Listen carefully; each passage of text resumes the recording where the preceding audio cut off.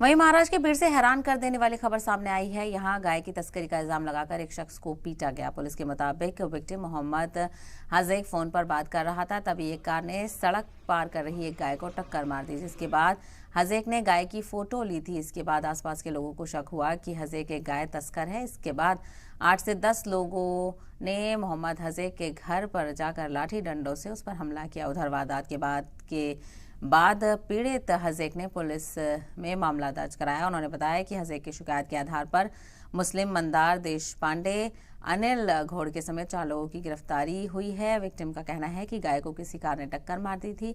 इतने में वो फोन पर बात करते हुए रास्ते से गुजर रहा था। उसने जख्मी गाय को टक्कर मारने वाली कार की फोटो लेने की कोशिश की और गाय की फोटो भी ली, लेकिन इसी पर आसपास में जमा हुए कुछ लोगों ने उस पर हमला कर दिया।